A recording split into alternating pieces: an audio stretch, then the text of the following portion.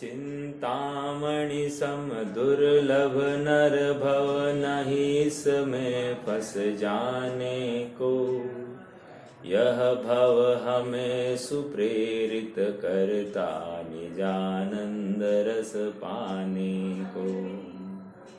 भोगों की अग्नि में, भोगों की अग्नि में अब यह जीवन हवन नहीं होगा। क्षणिक सुखाभासों में शाश्वत सुख का दमन नहीं होगा। निज का सुख तो निज में ही है, देखो सम्यक ज्ञान से। सती शिरोमणि अनंतमति की गाथा जैन पुराण से। बहुत जबरदस्त भाव है इसमें। भोगों की अग्नि में अब यह जीवन हवन नहीं होगा। किसने निर्णय किया ऐसा? किसने किया है? जो सुखी होना चाहता है, बराबर है। जो सुखी नहीं होना चाहता है क्या? निरंतर भोगों की ही चाह करता है, निरंतर उसको भोग ही दिखाई देते हैं। आगे, क्षणिक सुखाभासों में शाश्वत सुख का दमन नहीं होगा। अरे एक भोजन का कवल भी खाने को मिलता है ना, एकदम आनंद मानता है। भोजन नहीं मिला तो दुखी होता है, अरे रे ऐसी तकलीफ है। ये क्या है? क्षणिक सुखाभास। या फिर अपनी इच्छा के अनुसार कोई कार्य हो जाए, खुश। इच्छा के अनुसार कार्य नहीं हो जाए तो दुखी। इच्छा के अनुसार अर्थात जैसी इसने धारणा बना के रखी। जैसे मैं अभी विचार करूं, मेरे लड़के को एग्जाम में टॉप 10 में आ जाए, अब टॉप 10 में नहीं आता है, नीचे आता है, मैं नाराज होता हूं। क्यों? अपेक्षा मैंने बांधी है, इसलिए मैं नाराज हूं। कल्पना, अपनी इच्छा में ही सब तकलीफ हमारी इच्छाओं में है। सामने वाली वस्तु में कोई तकलीफ नहीं। क्यों? सुखी हमको होना है, वस्तु का परिणाम जैसा होना है सो हो रहा है, और मैं इच्छा बांध के रख रहा हूं, ये मेरा अपराध है। समझ में आया? क्षणिक सुखाभासों में शाश्वत सुख का दमन नहीं होगा। निज का सुख तो निज में ही है, देखो सम्यक ज्ञान से। सम्यक ज्ञान कहा है? निज का सुख तो निज में ही है, देखो सम्यक ज्ञान से। सती शिरोमणि अनंतमति की गाथा जैन पुराण से। बहुत मार्मिक है। यहाँ पर अपना भाव कैसा होना चाहिए, इसकी प्रेरणा यहाँ पर दी जा रही है। एक श्रीमद् का एक बहुत बढ़िया कोट है। वो कहते हैं शरीर के क्या कहते हैं, शरीर के लाजे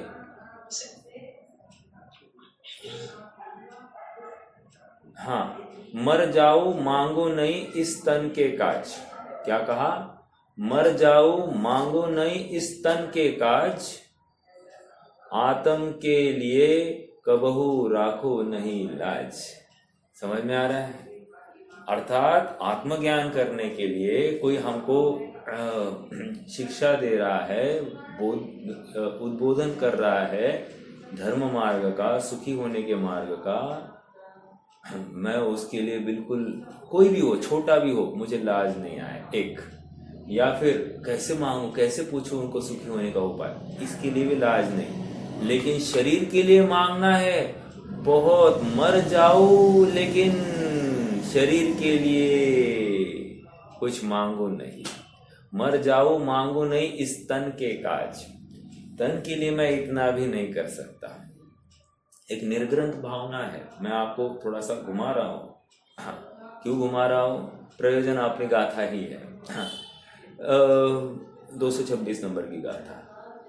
एक निर्ग्रंथ भावना के अंत में एक छंद आया है, विग्रह का मूल लगता है विकल्प विग्रह का, स्वाधीन स्वाभाविक सहज हो परिणति मेरी, निर्ग्रंथता की भावना हो सफल मेरी, विग्रह का मूल लगता है विकल्प विग्रह का। क्या है इसका अर्थ, कौन बोलेगा?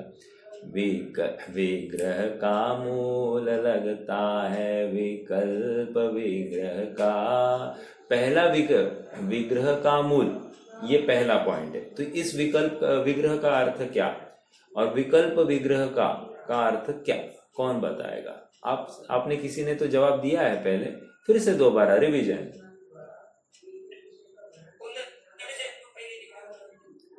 पहले विग्रह का क्या अर्थ है?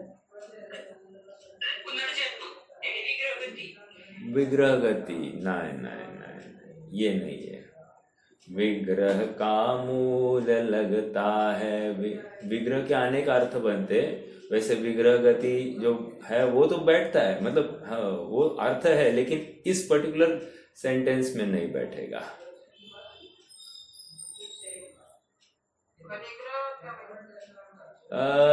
परिग्रह भी नहीं लेंगे, नहीं लेंगे। हाँ, शरीर है बराबर, लेकिन कौन सा विग्रह का अर्थ शरीर लेना, ये भी विचारणीय है। विग्रह का मूल लगता है विकल्प विग्रह का। परिग्रह लॉजिकली खींच तान कर बैठेगा, बट सच्ची बात नहीं।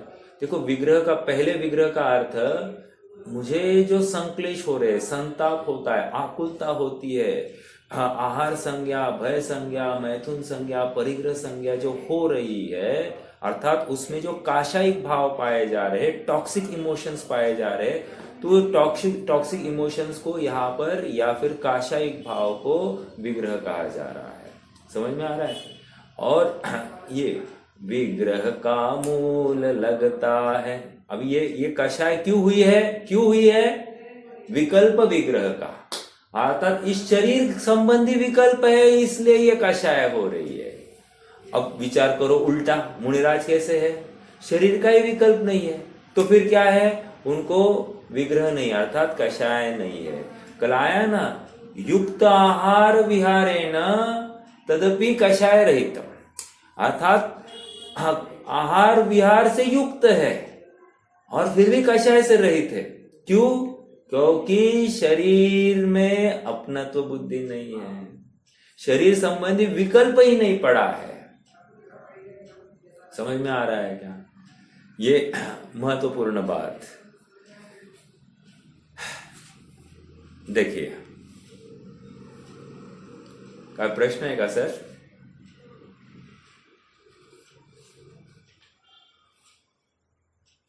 और थोड़ा सा विचार कीजिए ना, हमको भोगों में सुख लगता है कि नहीं? तो जब भोग मिलते तब सुख होता है कि नहीं?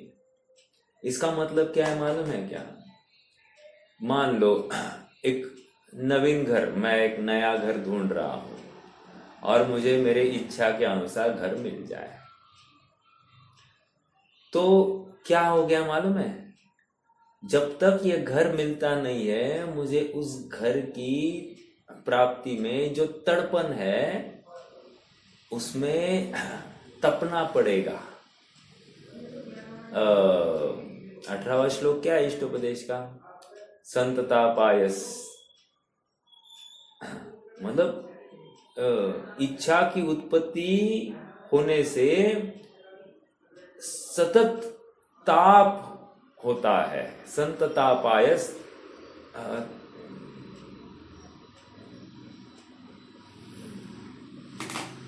किसी को याद है? तो वो इच्छा होने से निरंतर ताप उत्पन्न, मतलब वो इच्छा ही ताप पैदा करती है। और वो इच्छा क्यों है? शरीर की वासना, शरीर के प्रति प्रेम। एक लास्ट पॉइंट, मान लो हमको कोई सुखी होने का उपदेश देवे, अमोघ उपदेश और परफेक्ट उपदेश, हमको उसकी महिमा नहीं आती, मान लो किसी ने हमको 1,00,000 रुपया बख्शीश दिया या मदद की, हमको उसकी कितनी महिमा आती है? ऐसा क्यों है? प्रश्न है, प्रश्न स्वयं से पूछना। और ऐसा होता है कि नहीं, मेरे साथ होता है कि नहीं, विचार करना। तो ये 1,00,000 रुपया किसी ने, अरे छोटी सी बात है, आप शादी ब्याह में जाते हो, वो पाकेट देते हैं ना, पाकेट तो छोटा रिटर्न भी पाकेट आता है ना। मतलब जैनी, मतलब मारवाड़ियों में होता है कि हमने उनको कुछ दिया तो वो देखते, भाई इसने कितना दिया है, 300 दिया है, चल 100 रुपया ऐड करके दे दे, बस 400।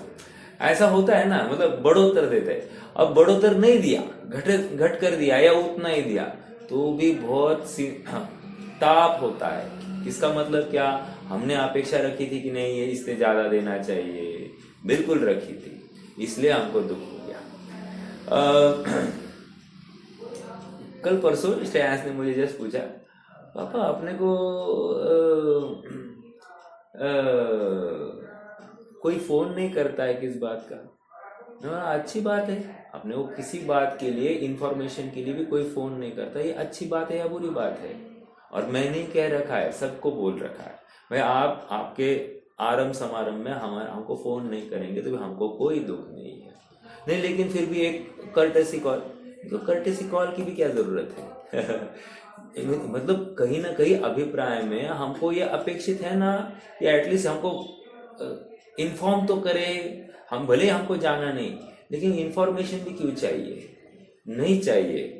हम अपना समय वहां नहीं खपाएंगे, हम अपना समय अपने तत्व चिंतन में, तत्व निर्णय में क्यों नहीं लगा सकते हैं? देखो, अर्थात कहीं ना कहीं वो इंक्लिनेशन है कि नहीं, एटलीस्ट बताना तो चाहिए, हमको जानकारी तो होनी चाहिए, कैसा हो गया ये सब हमको अपडेट चाहिए। तो इसमें क्या है, समय खपता है और अभी भी शरीर संबंधी, इस संसार संबंधी तुम्हें वांछा पड़ी है। मैं कुछ बात कर रहा था। हाँ, कोई अपने को 1,00,000 रुपया मदद करे तो हमको महिमा है, और कोई हमको करोड़ों रुपए देकर भी ऐसा उपदेश नहीं मिलेगा, ऐसे उपदेश, ऐसी सलाह दे सुखी होने की, तो भी हमको महिमा नहीं है। तो प्रॉब्लम क्या है?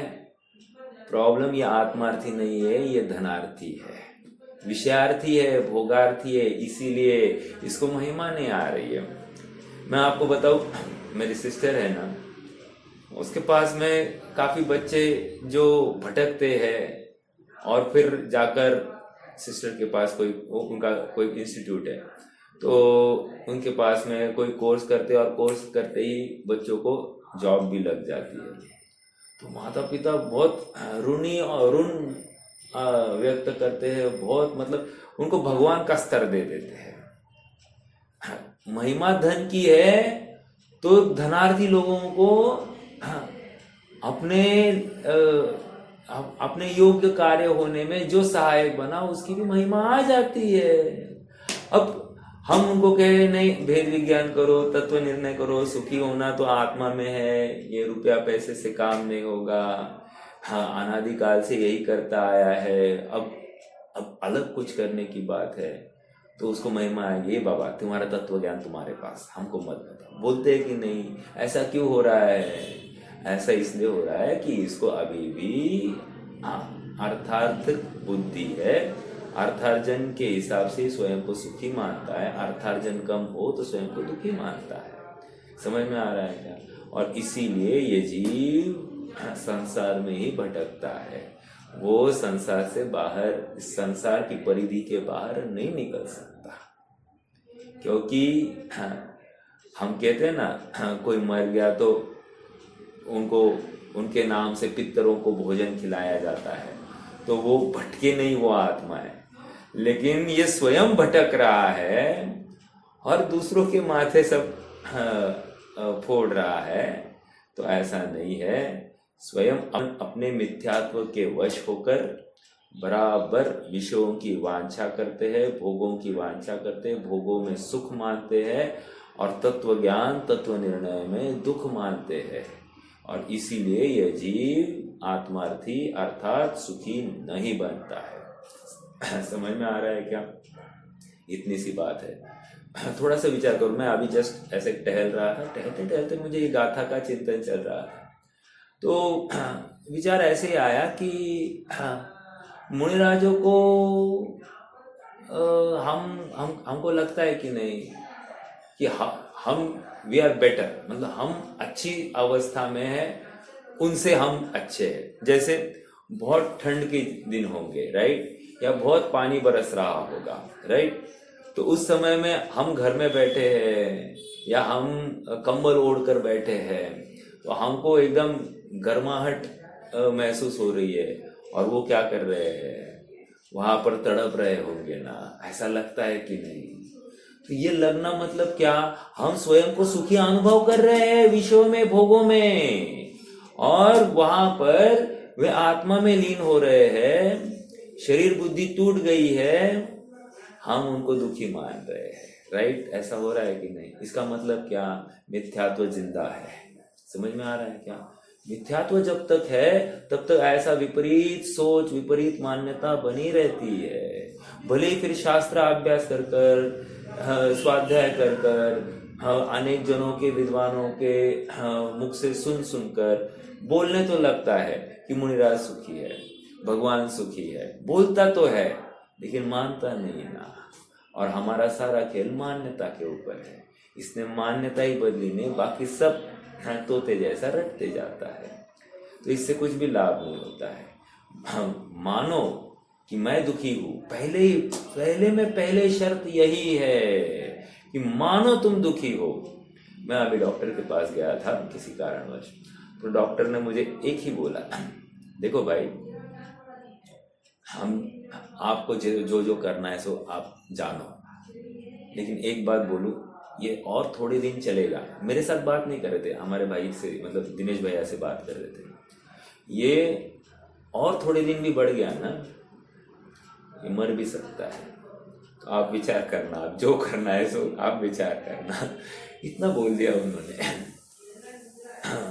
मर सकता है, ये इतना सुनकर क्या होता है, उस रोग की अपने को इंटेंसिटी भाषित होती है।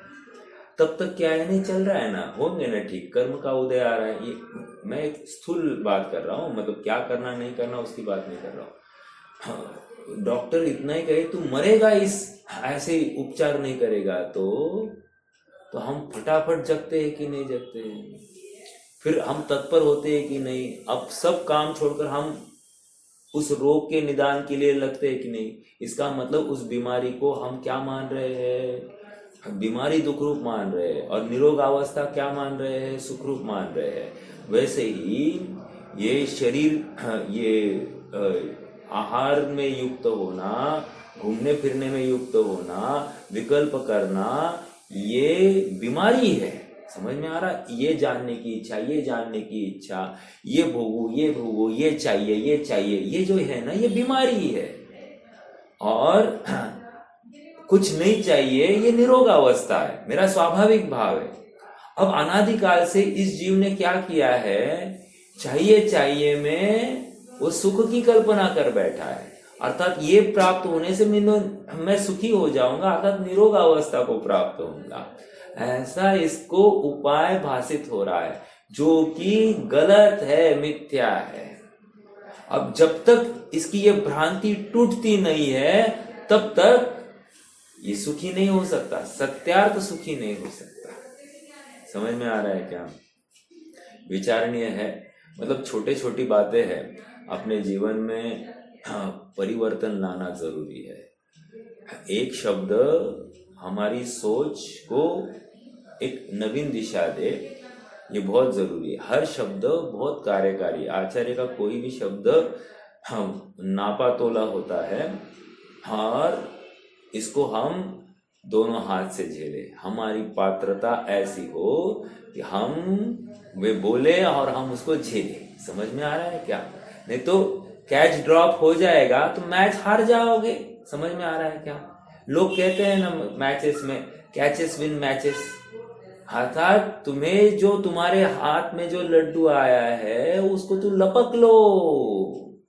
अब ये जिनवानी ने तुम्हें जो प्रसाद दिया है, जो अमृत पान किया कराया है, उस अमृत प्राण को ग्रहण करो, तभी तो जागा। ग्रहण करना मतलब क्या? हाँ, हमने सुना ना, हो गया अमृतपान। हे, दिस इज नॉट अमृतपान। हम अमृतपान किसको कहते हैं? तुमने वैसा अनुभव किया क्या?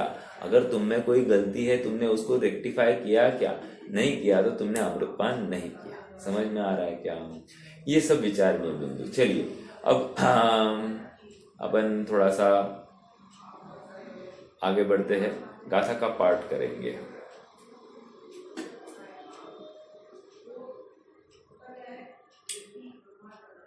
पेज नंबर 74 है ना? नहीं, 94 होगा मेरे ख्याल से। हाँ, 94 गाथा का पाठ करेंगे। यह लोग निरावेको अपड़ी बद्धो परम मिलो यम्मी जुत्ताहार विहारो रहिद कसाओ हवे समणो रहिद कसाओ हवे समणो। अरे कषाय रहित पना, ये हमको हल्का लगता है, बहुत साधारण बात लगती है, इसलिए मैंने आज इतनी जो भूमिका बनाई। विग्रह का मूल लगता है विकल्प विग्रह का शरीर, वो विग्रह का मूल, वो कषाय क्यों हुआ है? कषाय की जड़ क्या है? कषाय होने का कारण क्या है? मूल कारण मेरा शरीर है। आज ऐसे ही बात कर रहा था श्रेयांश के साथ में भोजन के समय में, तो मैंने उसको कहा कि देखो, हम अपनी तकलीफ का कारण किसी और को ही मानते हैं, स्वयं को नहीं मानते। अपने कर्म का उदय होगा इसलिए अपन नहीं मानते, उसने कुछ तो किया इसलिए हम दुखी हुए हैं, ऐसा ही बार बार मानते। लगाओ ना, मतलब अपने जीवन में आप लगाओ फैक्ट्स एंड फिगर्स कि मैं अभी वर्तमान में दुखी हुआ, तो दुखी होने के पीछे कारण क्या, मैंने क्या कारण माना, मैंने उसको गलत बोला कि नहीं।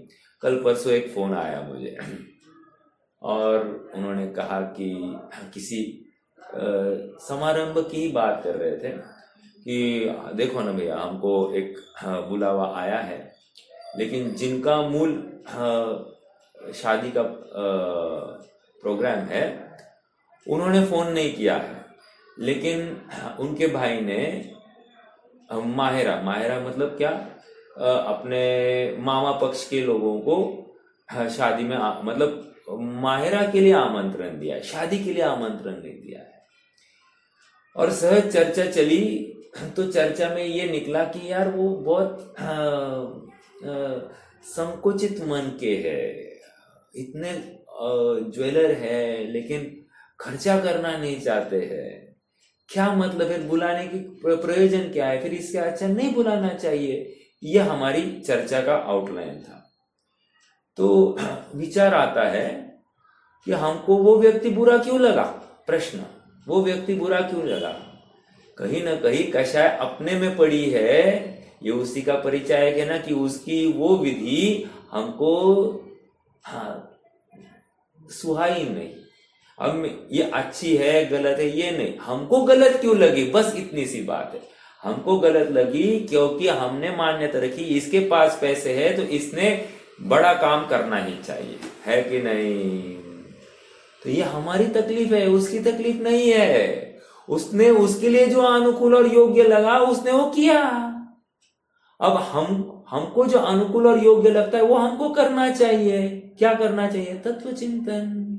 समझ में आ रहा है क्या? उसने ये सही किया गलत किया, ये इसकी एनालिसिस करने के बजाय मैं क्या करूं और क्या नहीं करूं, इसकी एनालिसिस होनी चाहिए थी। राइट? ये है, देखो मूल, अपनी कषाय का मूल क्या है? शरीर बुद्धि। अर्थात जब तक शरीर में ममत्व है, ये अपने आप ये कार्य होते दिखाई देंगे। देखो, ये ऐसे एनालिसिस करनी अपने दिन भर के कषाय, आप नोट कीजिए, मुझे यहाँ पर कषाय हुई और फिर कषाय के पीछे का कारण क्या महसूस हुआ, ये भी एनालिसिस करना, हमको ही करना।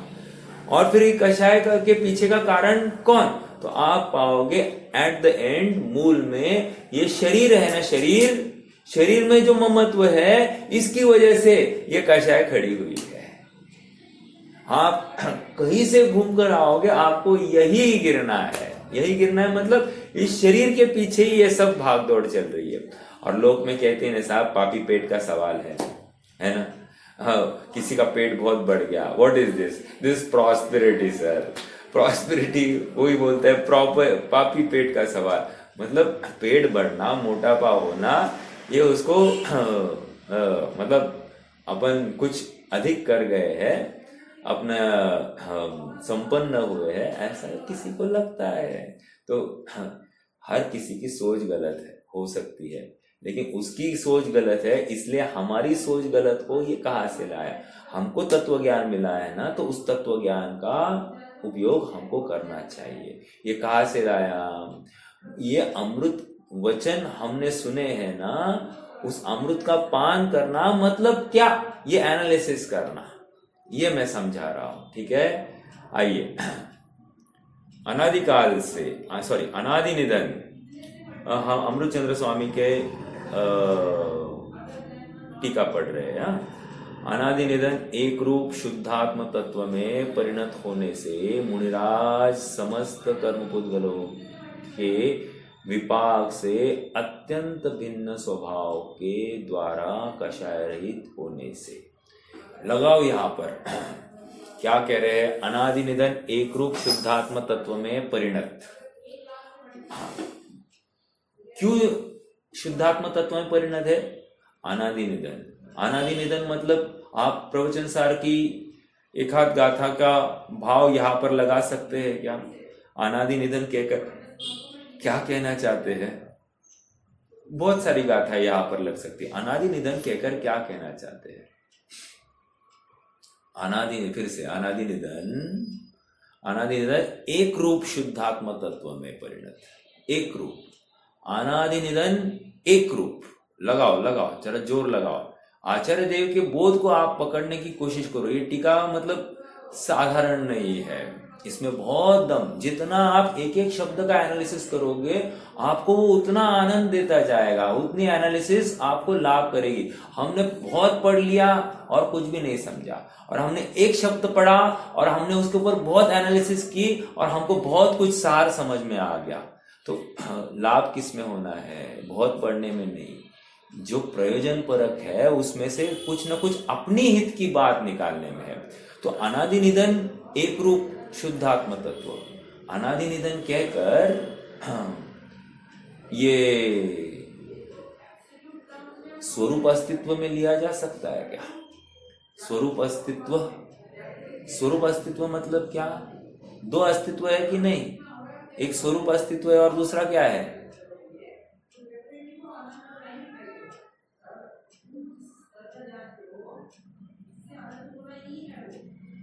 नहीं याद है।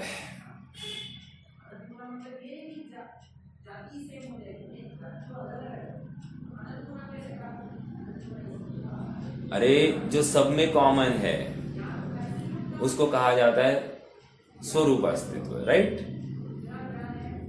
98 गाथा के आसपास होगा विषय। एक स्वरूप अस्तित्व है और एक सब में कॉमन होता है, ऐसा अस्तित्व होता है। बोलिए। स्वरूप अस्तित्व एक सादृश अस्तित्व है और एक स्वरूप अस्तित्व है। सादृश अस्तित्व में क्या आया? सब एक है, बराबर, सभी एक है, ऐसा आया कि नहीं आया? इसलिए किसी में कुछ भी कम ज्यादापना नहीं है, राइट? और स्वरूप अस्तित्व में क्या आया? मेरी उत्पत्ति किसी अन्य से नहीं, मैं उत्पन्न हुआ ही नहीं। अनादि निधन सभी वस्तुएं ऐसी अनादि निधन है, सबका स्वरूप अस्तित्व अपने लिए ही कार्यकारी है, राइट? एक वस्तु का दूसरे वस्तु में कुछ भी दखल अंदाजी संभव नहीं है। स्वरूप अस्तित्व, अनादि निधन, एक रूप। अब एक रूप कहकर क्या कह रहा है? अनेक रूप नहीं होता, अर्थात मैं स्त्री पुत्र माता पिता आदि अनेक रूप में नहीं पाया जा सकता, या नारकी देव तिर्यंच मनुष्य ऐसी भी अवस्था में नहीं पाया जा सकता। अनेक रूप नहीं होता, मैं एक रूप ही। या अनंत गुणों का धारी होते हुए मैं अनेक रूप नहीं होता, मैं एक आत्म रूप ही बना रहता हूं। आत्मरूपम तत्, अर्थात वहां पर भी आया ना, आत्म रूप एक रूप हुआ है, बस समझ में आया। अहम एक को खलु शुद्धो, मैं एक हूं, अनेक रूप हुआ नहीं इसलिए शुद्ध हूं। यहां पर भी वही बात आ रही है क्या? जस्ट चेक कीजिए ना, मैंने जितना खुलासा किया सेम वैसी अभी भाव खुल रहा है क्या? अनादि निधन एक रूप शुद्धात्म तत्व। शुद्धात्म तत्व क्यों है? क्योंकि मिलावट नहीं है। शुद्धात्म तत्व क्यों है? क्योंकि अनेक रूप होता ही नहीं है, गुण भेद संभव ही नहीं है। गुणात्मक ये अनंत गुण की एकात्मकता में ही शुद्धता है एक, और दो द्रव्यों में मिलावट भी संभव नहीं है, इसलिए भी शुद्धता है। समझ में आ रहा है? हाँ, अनादि निधन एक रूप शुद्धात्म तत्व में परिणत होने से, अब देखो आगे क्या कह रहे हैं, ऐसा जो स्वभाव है त्रिकाल स्वभाव, ऐसे स्वभाव में परिणत होने से, अर्थात तन्मय होने से, एकाग्र होने से। क्या एकाग्र होने से? हमको बोध दे रहे हैं सुखी कैसे होना, कह रहे अनादि निधन देखो पहले स्वयं को, एक रूप देखो और अपनी परिणति उसी में डाल दो। समझ में आया? ये प्रैक्टिकल दिखा रहे हैं। अब क्या कह रहे हैं? परिणत होने से मुनिराज समस्त कर्म पुद्गलों के विपाक से अत्यंत भिन्न स्वभाव के द्वारा, अभी कह रहे हैं कर्म पुद्गलों का विपाक, फल देने की शक्ति आ गई है, विपाक हो गया, वो स्वभाव अत्यंत भिन्न है। किससे? मेरे शुद्धात्म तत्व से। मतलब उन पुद्गलों का क्या स्वभाव है? वे जड़ है, वे स्पर्श रस गंध वर्ण वाले हैं। समझ में आ रहा है क्या? उनका उत्पन्न होना और नाश होना संभव है, और मैं कैसा हूं? अनादि निधन हूं। ना मैं उत्पन्न होता हूं ना मेरा नाश होता है, मैं शाश्वत पदार्थ हूं। मेरा किसी के साथ संयोग संभव नहीं है, उनका संयोग होता है। समझ में आया? वे जड़ है, मैं चेतन हूं। ये क्या हो गई? ये एनालिसिस, मैं अलग हूं और कर्म पुद्गल का विपाक मुझसे अत्यंत भिन्न स्वभाव के द्वारा। हाँ, अब क्या हो गया? ऐसा नक्की करने से क्या किया? कषाय रहित हो गए। कषाय रहित कैसे हो गए? दो बातें आ गई। स्व मतलब मैं, अनादि निधन मैं, अनादि निधन एक रूप मैं, और अभी जिसका संयोग हुआ है जड़ रूप ऐसा कर्म पुद्गल, इनका स्वभाव अत्यंत भिन्न है। स्व और पर, इनका क्या हो गया? भेद विज्ञान हो गया। भेद विज्ञान होने से क्या हो गया? अब देखो आगे क्या कह रहे हैं। हाँ, कषाय रहित हो गए। भेद विज्ञान होते ही कषाय रहित हो गए। हाँ, ये है एनालिसिस। अब दिन भर की अपनी प्रोसेस में ऐसी एनालिसिस करना। कषाय रहित हो गए। वर्तमान काल में मनुष्यत्व के होते हुए भी स्वयं समस्त मनुष्य व्यवहार से उदासीन होने से, है मनुष्यत्व, पर्याय है मनुष्य की, स्वयं को मनुष्य देखता भी है लेकिन मानता नहीं है। पर्याय को देख रहा है ना, पर्याय का भान है ना, इसलिए मनुष्य के योग्य ही कार्य करता है, तिर्यंच नारकी या देव के योग्य कार्य नहीं करता है। समझ में आ रहा है क्या? देखो, वर्तमान काल में मनुष्यत्व के होते हुए भी स्वयं समस्त मनुष्य व्यवहार से उदासीन होने से। अब उदासीन क्यों हुआ है? उदासीन क्यों हुआ है? क्योंकि शरीर बुद्धि नहीं है। जिसकी शरीर में रुचि है वो शरीर के विषयों में, भोगों में, सब में वो प्रवृत्ति करेगा, और जिसको शरीर में एकत्व नहीं है वो स्वयं शरीर के योग्य उन भोगों से भी उदासीन ही रहेगा। रिकॉर्डिंग रुक गया। हालांकि ज्ञान को कंटिन्यूसली स्वभाव को ध्यान की इतनी ताकत नहीं है, फिर भी क्या है, कह रहे हैं कि स्वभाव की तरफ झुका हुआ होने से, इसका मतलब क्या, वो पर को भी जान रहा है, शरीर को भी जान रहा है, बट शरीर में अपनत्व बुद्धि नहीं है। समझ में आ रहा है क्या? शरीर के अवस्थाएं जानने में आ रही है, लेकिन शरीर में अपनत्व बुद्धि नहीं है, और शरीर में अपनत्व बुद्धि नहीं है, इसलिए ये निरंतर आत्मानुभव के लिए प्रयासरत है, अपने शुद्धोपयोग के लिए प्रयासरत है। देखो, हाँ, कहा गई बात, वर्तमान काल में मनुष्यत्व के होते हुए भी स्वयं समस्त मनुष्य व्यवहार से उदासीनता क्यों हो रही है? क्योंकि शरीर में एकत्व बुद्धि नहीं है। निज का सुख तो निज में ही है, देखो सम्यक ज्ञान से। और वो छोटी लड़की जिसका शादी की उम्र मतलब कितनी होगी, 18-20 साल की, क्या बोल रही है? निज का सुख तो निज में ही है, देखो सम्यक ज्ञान से। सती शिरोमणि अनंतमति की गाथा जैन पुराण से। आगे देखो क्या कह रहे हैं, उदासीन होने से। उदासीन समझ में आया? उदासीन क्यों हो रहा है? रुचि नहीं है, इच्छाओं का अभाव हो गया, इच्छाओं का दमन हो गया।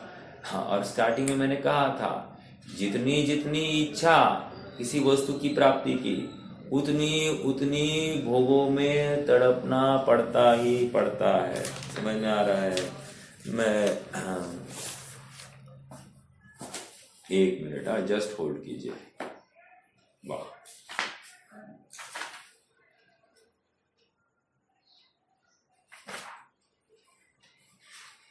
भवन्ति प्राप्य यत्संगम शुचिन्यपि। क्या है? शुचिन्यपि सकाय संततापायस तदर्थम प्रार्थना वृथा। मैं ये समझाना चाहता, भवन्ति प्राप्य यत्संगम, जिसके संयोग मात्र से शुद्ध पदार्थ भी, पवित्र पदार्थ भी अपवित्र हो जाता है। देह की बात कर रहे हैं। सकाय सतत ताप अयस तदर्थम प्रार्थना वृथा। अर्थात इसलिए उस काय की, वो काय सतत ताप देने वाली होने से उसकी प्राप्ति की वांछा वृथा है, वेस्ट है। हम क्या कर रहे हैं? हे प्रभु, रोग मत आने देना। जैसे जब तक जिंदा रहे, बहुत से लोग होते हैं क्या कहते हैं, जब तक जिंदा है ना, हम स्वाधीन चले, हम अपना अपना काम कर पाए, हमको कोई रोग ना आ जाए, फिर चाहे मरण आ जाए, फिनिश हो जाए, लेकिन जब तक है तब तक, जब तक है तब तक। अब इसके पीछे की भाव क्या है? उस शरीर के प्रति का जो भाव है तुम्हारा, वो वृथा है, कह रहे यहाँ पर। 18वां श्लोक है इष्टोपदेश में, सकाय संततापायस तदर्थम प्रार्थना वृथा। क्यों? क्योंकि इसके संयोग में जो कोई वस्तु आती है, कितनी भी पवित्र क्यों ना हो, वो अपवित्र हो जाती है, ऐसा कह रहे हैं। समझने की बात इतनी है कि ऐसे देह के प्रति तुम्हारी वांछा गलत है, राइट? क्योंकि तुम मिलावट को प्राप्त होने से संकर दोष आएगा, संकर दोष आने से तुम मलिन हो जाओगे। मलिन हो जाओगे मतलब तुम्हारी परिणति मलिन हो जाएगी। ठीक है, चलिए आगे बढ़ेंगे। क्या कह रहे हैं आगे देखो, उदासीन होने के कारण इस लोक के प्रति निरपेक्ष निस्पृह है, तथा भविष्य में होने वाली देवादि भवों के अनुभव को तृष्णा से शून्य होने के कारण परलोक के प्रति अप्रतिबद्ध है। आपको याद है क्या 81वीं गाथा? 81वीं गाथा की टीका है, टीका बद्धा कक्षेम कर, वो तो गाथा का भाव है। हाँ कि भाई मैंने अब मोह की सेना का नाश करने के लिए मैंने क्या किया है, मैंने कमर कस ली है। बद्धा कक्ष है मतलब कमर को कस लिया है। कमर को कब कब कसा जाता है, पैंट ढीली ना हो जाए, नहीं तो मैदान में लड़ते लड़ते साहब पैंट गिर गई तो तकलीफ हो जाएगी, लड़ेंगे या पैंट संभालेंगे, राइट। इसलिए बद्धा कक्ष है। अब कौन से मैदान में कह रहे हैं, कर्मों का नाश करना, मोह, कर्मों का नाश नहीं करना, मोह का नाश, मोह की सेना का नाश करने के लिए मैंने कमर कस ली है। समझ में आ रहा है क्या? कौन लिख रहा है? आचार्य देव लिख रहे हैं। मैंने ये बात क्यों याद कराई, एक मिनट फिर से मुझे याद करने दो। हाँ हाँ मैंने इसलिए याद कराई, देवादि पर्याय। अरे देवादि पर्याय की वांछा हो रही है, वो देवादि पर्याय मिलेगी मुझे, मेरी साधना पूर्ण नहीं होने वाली है, राइट। पूर्ण नहीं होने वाली मतलब क्या, मैं श्रेणी आरोहण नहीं करूंगा। अब क्या होगा फिर, अब क्या होगा, अब मुझे आयु पूर्ण होगी तो मैं कहाँ जाऊंगा, देव पर्याय में जाऊंगा। अब वहां पर कह रहे महादुख संकट जो सामने खड़ा दिखाई दे रहा है, किसको, मुनिराज को। क्या कह रहे हैं, महादुख संकट जिसको सामने आया दिखाई दे रहा है, ऐसे मुनिराज कह रहे हैं कि भाई मैं मोह की सेना का नाश करूं और मुक्त हो जाऊं। भले ही वो जानते हैं ये पंचम काल है, मैं मुक्त नहीं हो सकता, लेकिन भावना, भावे का दरिद्रता, भावना में क्यों कमी है, समझ में आ रहा है क्या? हम भी ऐसे ही कहते हैं ना, स्त्री पर रहा है इस भव में तो वैसे मुक्त होने वाले नहीं है, हम कहाँ अभी मोक्ष चले हैं, हम कहाँ अभी मुक्त होने वाले हैं, नहीं होने वाले। भाव में दरिद्रता है तुम्हारे, समझ में आ रहा है क्या? तुम खूब मंडक वृत्ति वाले हो, अर्थात वो मेंढक जो होता है जिस कुएं में रहता है, लगता है मैं यही का राजा हूं। अरे तुम बाहर तो निकलो, देखो ना पुरुषार्थी जनों को, देखकर तुम अपनी बुद्धि को ठीक करो कि भाई ये पुरुषार्थ कर सकता है, मैं क्यों नहीं कर सकता, ये नक्की करो ना। ऐसा क्यों नहीं लगता है, हम लौकिक प्राप्तियों में धन की कहो या आयोजनों की, उसने ऐसा किया, उसने कार्यक्रम ऐसा किया तो हमको भी ऐसा करना, समझ में आया? मान लो लड़के वालों ने धमाधम खर्चा किया, 10-15 लाख का खर्चा किया, तो हमको कितना करना साहब? अब हमको उनकी बराबरी या उनसे ज्यादा, है ना, करना पड़ेगा कि नहीं? देखो यहाँ पर बराबर होड़ लगाता है, हमने उनसे अच्छा, कहीं कमी नहीं रहे, राइट। अब यहाँ पर कह रहे हैं तुम मोक्ष मार्ग में ऐसा क्यों नहीं करते हो, उसने तत्व निर्णय किया, तत्व ज्ञान किया, तुम क्यों नहीं करते हो, राइट। ऐसा नहीं लगता है ना हमको, तो समझना हम सुखार्थी नहीं है, मात्र आत्मा आत्मा करने से कुछ काम नहीं होता। और एक बात बोलूं आपको, अक्सर हमको लगता है ये प्रथमा करना योग की बात है, इतना बंद होता, इतने करोड़ों का सागर का बंद होता, इतने काल के लिए हमको भटकना पड़ेगा, ये क्यों है ये सब चर्चा है? हमको क्या लगता है, कौन बताएगा ये चर्चा क्यों है? कि भाई हमने ये परिणाम किया तो इसका ये बंद, हमने ये परिणाम किया तो इसका ये बंद, ऐसा बंद की बातें समझाकर या नरक की बातें समझाकर या तिर्यंच के दुख की उसकी जो दास्तान है वो सुनाकर क्या किया जा रहा है? हमको डराया जा रहा है क्या? मेरा प्रश्न है आप सबसे। सावधान करना है या डराना है? सावधान करना है। देखो सावधानी और डराने में फर्क है। जो डरता है वो तो फिर सच्चा प्रवृत्ति नहीं करेगा, लेकिन जो सावधान होगा वो सच्ची और अच्छी प्रवृत्ति करेगा। देखो, और कदाचित कहो तो डराया भी जा रहा है। जो संसार विषय सुख होता तीर्थंकर क्यों त्यागे। अरे जिस संसार से भयभीत होकर, अरे संवेग वैराग्य आत्म कह रहे हैं ना, तो संवेग का अर्थ क्या है? संवेग का अर्थ यही है कि आत्मिक सुख की प्राप्ति और सांसारिक दुख का नाश, दोनों कह रहे हैं। और सांसारिक दुख से भयभीत होकर आगे बढ़ना। तो ये कषाय नहीं होती है, ये कषाय अच्छे के लिए है। समझ में आ रहा है क्या? ये कषाय अच्छे के लिए है। देखो अज्ञानी को यहाँ पर कषाय दिखाई दे रही है, और जहां प्रमादी वृत्ति चलती है वहां पर कषाय नहीं दिखती है। ओहो, आश्चर्य है कि नहीं? बहुत गंभीरता से विचार करना।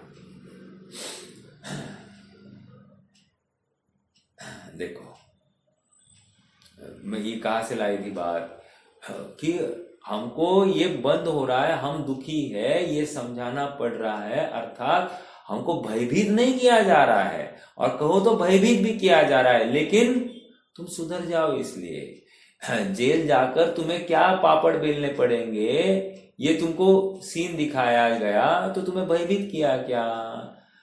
तुम्हें सजग किया है, सावधान किया है, और कहो तो तुम्हें भयभीत भी किया है। तो तुम उस डर के मारे तुम नहीं करोगे, लेकिन डर के मारे इतने अच्छे से नहीं कर पाओगे जितना सावधान होकर कर पाओगे।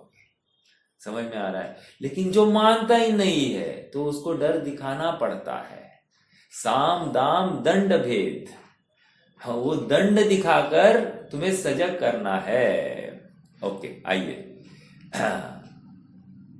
देवादि भवों में मैंने दो बातें चर्चा की। एक तो मैं 81वीं गाथा को यहाँ पर उसका बोध यहाँ पर लगाया। आचार्य देव कह रहे हैं कि महादुख संकट जिसको दिखाई दे रहा है, अर्थात देव पर्याय में दुख दिखाई दे रहा है इनको। और हमको क्या दिखाई दे रहा है साहब? हमको क्या दिखाई दे रहा है? हमको तो साहब ऐश दिखाई दे रही। एक आदमी को कम से कम 32 मिलेगी, वो उसी में खुश होगा। अरे यार, इधर 1 उधर 32, वो इसी में खुश हो रहा है कि नहीं? यही तो गलती है।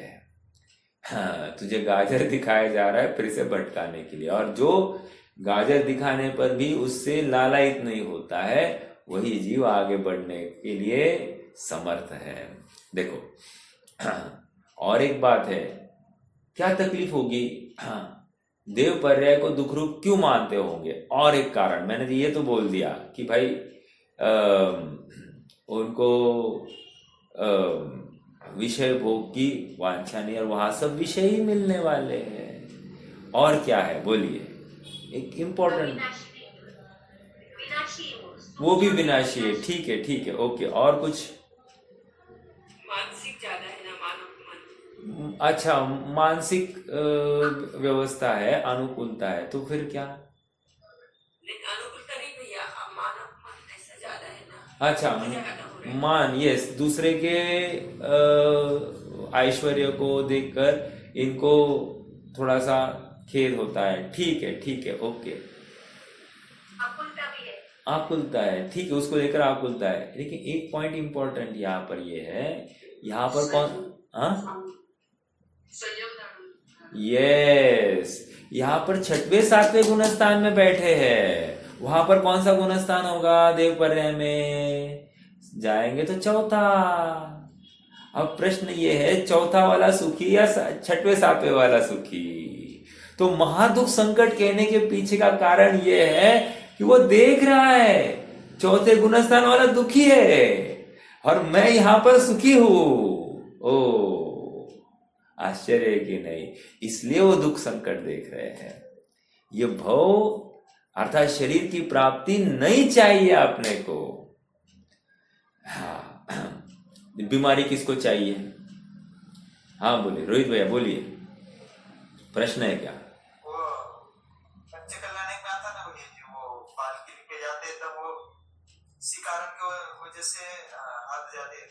हाँ, वहाँ वो एक आया है ना, मेरे ख्याल जैन शतक का मंगलाचरण ही है। घिसी घिसी शीश, वे अपनी मानो शीश को घिस रहे हैं, मानो ये कह रहे हैं कि हम ये ललाट, लोग रहते हैं ना फेस रीडिंग, मात्र अपना इतना ललाट कपाल को देखकर वे अपना भविष्य भी बता सकते हैं। अब क्या दिखता है मालूम नहीं, लेकिन दिखता है, बोलते हैं। तो वे मानो अपने शीश को माथे को रगड़ रहे हैं, मानो वे अपने माथे की रेखाएं साफ करना चाहते हो और वो अपने भविष्य को यथार्थ लिखवाना चाहते हो। हाँ ठीक है, वो आपने कल्याणक की बात कही तो उसमें मुझे ये एक पॉइंट याद आया। तो ठीक है, ये संयम का मूल बिंदु तो ये है। उनको दुख क्यों दिखाई दे रहा है? क्योंकि वे संयम धारण नहीं करेंगे वहां पर। मतलब 33,000 वर्ष के लिए उनको खाने का विकल्प नहीं आएगा, तो भी वो संयम नहीं है, असंयमी है। और यहाँ पर डेली जाकर भोजन करके आएंगे मुनिराज, तो भी संयमी है। वाह वाह वाह, आनंद की बात है कि नहीं? तो भोजन करना नहीं करना ये संयम का या असंयम का कारण है ही नहीं। तुम्हारी थॉट प्रोसेस क्या है, उसके बल पर तुम्हारा संयम असंयम है। तुम्हारे कषाय की निवृत्ति कितनी हो गई, कषाय चौकड़ी कितनी आती है, वो निश्चित करेगी। समझ में आ रहा है? सुख का और दुख का मापन। इसका मतलब क्या? भोजन में धमाधम प्रवृत्ति करना, विषय में धमाधम प्रवृत्ति करना नहीं। देखो, जिसकी स्वभाव बुद्धि हो गई है ना, वो अपने आप इनसे परावृत्त हुआ है। ये अभी आहार भी ले रहे हैं ना, दवा के रूप में, ईंधन के रूप में ले रहे हैं। एक बहुत अच्छा छंद चलने वाला है मेरे ख्याल से, वृंदावन दास जी का ही। Yes yes yes. और मेरे ख्याल से उदाहरण भी दिया है यहाँ पर जयसेन स्वामी ने। अपन पढ़ेंगे, वो भी बहुत, अरे इधर ही दिया है, आगे ही है। चलिए पढ़ते ही है तो ज्यादा और खुलेगी बात। समय तो होते आया है, बट पढ़ लेते हैं, फिर कल चाहे तो करेंगे। क्या कह रहे हैं? निष्प्रुव है, तथापि भविष्य में होने वाली देवादिभवों के अनुभव की तृष्णा से शून्य होने के कारण परलोक के प्रति अप्रतिबद्ध है। इसलिए अप्रतिबद्ध है मतलब वांछा नहीं है, इच्छा नहीं है, परलोक मुझे मिल जाए, ये देव पर्याय, देव में कौन सा देव हो जाओ, ऑप्शंस क्या क्या है, फिर मैं क्या कहाँ तक ये करूं, तो ये नहीं चल रहा है। नहीं चाहिए ये कह रहे हैं। और जिसको नहीं चाहिए मतलब वो कितना आत्मा के लिए समर्पित है, ये आपको ख्याल में आएगा। जो ऑप्शन ढूंढ रहा है, इसका मतलब क्या? उसको और कुछ तो चाहिए, और कुछ तो चाहिए, मतलब उसकी अपेक्षाएं है, राइट? आगे देखो। इसलिए जिस प्रकार, अभी देखो उदाहरण देखो, जिस प्रकार घटपटादि गेय पदार्थों के जानने के लिए दीपक में तेल डाला जाता है। क्या रे बात? आप दृष्टांत देखना और सिद्धांत घटित करना। घटपटादि गेय पदार्थों को जानने के लिए दीपक में तेल डाला जाता है और बाती को सुधारा जाता है। शब्द देखिए, बाती को सुधारा जाता है। उसी प्रकार शुद्धात्मा की प्राप्ति के लिए मुनिराज शरीर को युक्त आहार देते हैं और उसके माध्यम से युक्त विहार करते हैं, इसलिए वे युक्त आहार विहारी होते हैं। कौन समझाएगा ये सिद्धांत दृष्टांत? किसी को समझ में आया कि नहीं आया?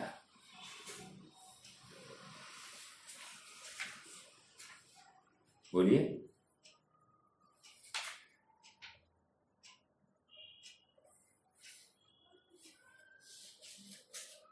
नहीं आया? ये बाटी और जो घी या तेल है वो ये युक्त आहार है और उसका जलना ही युक्त भी है, ऐसा? नहीं, देखिए हाँ, मैं थोड़ा सा आपको कोरिलेशन करके प्रदीप मतलब वो क्या है, कहा गया भाई घट जानने के लिए तेल डाला जाता है और सुधार। जो दीपक है ना, दीपक, राइट? दीपक मतलब जो पंती जिसको कहते हैं, तो दीपक इज इक्वल टू शरीर, एक। तेल इक्वल टू ग्रास। दीपक में क्या डाला गया है? तेल डाला गया है और उसको सुधारा गया है। सुधारा, देखो शब्द देखो, सुधारा। सुधारना मतलब क्या? सुधारना मतलब उसको बड़ा करना, राइट? बड़ा मतलब उसके प्रकाश को एक्स्ट्रा करना।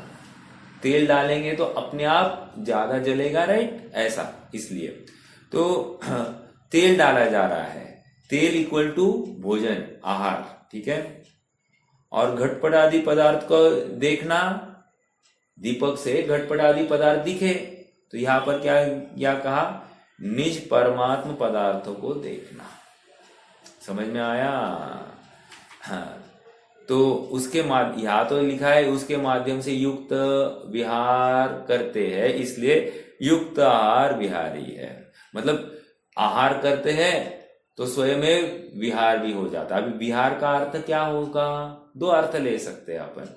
हाँ, एक तो अपने आत्मा में विहार करते हैं, एक अर्थ, और जो ईर्ष्या समिति पूर्वक गमन करते हैं वो कब करेंगे? जब शरीर में बल होगा, इंद्रियों में सामर्थ्य होगा, आंखें कमजोर है तो चल मतलब देख नहीं सकते, तो उनको समाधि लेना है। जांघाओं में बल नहीं है तो कमजोरी है तो चल नहीं पाएंगे, तो फिर से ईर्ष्या समिति नहीं पलेगी, फिर से समाधि लेनी है। समझ में आ रहा है क्या? आहार के लिए जा ही नहीं सकते, तो दो अपेक्षा युक्त विहार लगा रहा हूं।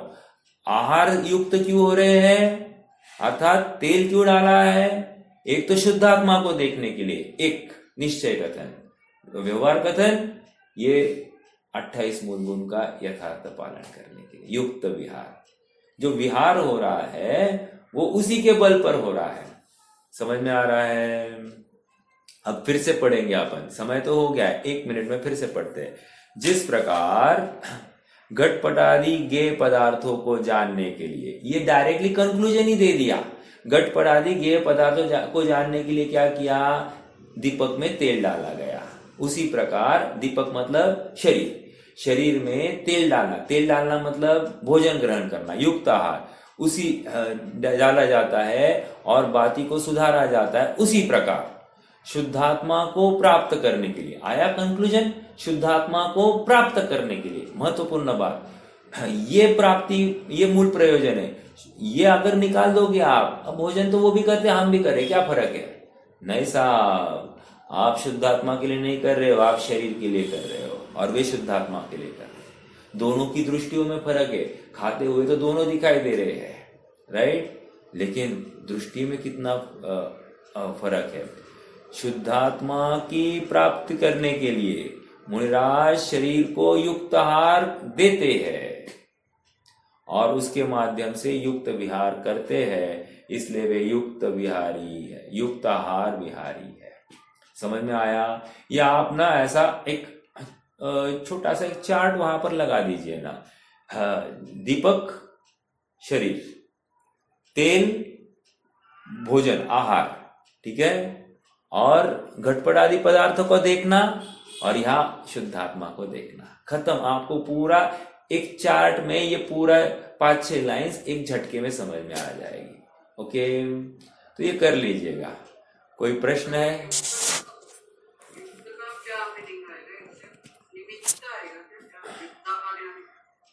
नहीं, युक्त से युक्त, उससे युक्त, हाँ, तो बस सरल अर्थ है, कोई अलग अर्थ नहीं। 1 मिनट, फिर भी